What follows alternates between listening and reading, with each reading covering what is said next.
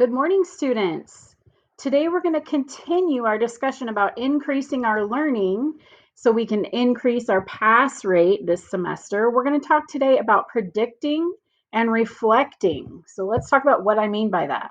Do y'all remember those ads a while back that were hilarious that would say, if you just do this one weird trick, doctors hate him because all he has to do is do such and such crazy thing to lose weight or to look younger, and it became a meme because it was so ridiculous? Well, actually, there is one weird trick that really helps increase your achievement in school, and we're going to talk about that today.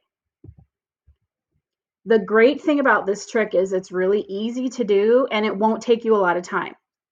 So all you have to do is predict your grades. I'm not joking. That's it. That's how easy it is. All you have to do is predict your grades. Okay. So this one thing of predicting works better than almost any other thing you can do. Okay. And that's according to Professor John Hattie. He has studied education and different strategies more than anyone in the world. So here's how it works. It's really easy. Before an assessment, any kind of assessment that you're taking in your classes, what you need to do is write down what you predict you're going to achieve. Like, what do you expect you would achieve on your proficiency rating, for example, on the proficiency scales that we talked about last week, like 1 meaning you're really confused, 4 meaning you can really demonstrate this well with a lot of confidence. Okay, or you could predict your score. So before you take an assessment, you got to think about, how do I think I'm going to do on this test or this assessment, and you need to write it down. And when you're writing it down, just be honest with yourself, because obviously it's not going to be the grade that goes in the grade book. This is just for you, basically. The thing is, as you're thinking about, okay, how will I do on this test, you might come up with some questions, because you might be thinking, well, I understand this part and this part, but I'm still a little bit shaky on the last part. If that happens, that's a perfect opportunity for you to ask your teacher about those things that are still confusing to you. Okay, so just before you take an assessment, think about, predict what you might score, and write it down. And as you're doing that, if any questions are generated, just ask your teacher. Okay, then after the assessment, you're just going to compare and say, okay, my teacher gave me this score, I predicted this score, do they match?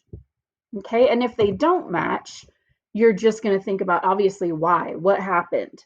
Why didn't I get the score that I think I would? You might score a little bit under or even over what you predicted. Okay, you need to write it down. And as you're reflecting, think about specifics. Going back to our example from last week, if the standard was about cats, dogs, and fish, maybe you would write down, like, okay, I understood everything about cats and dogs, but I'm a little shaky when it comes to comparing fish with my own life experience. Okay, so you would write that down, and that would kind of help you think through it, like, well, how come I didn't master this? Or how could I get better? It would be by, studying that little part about fish.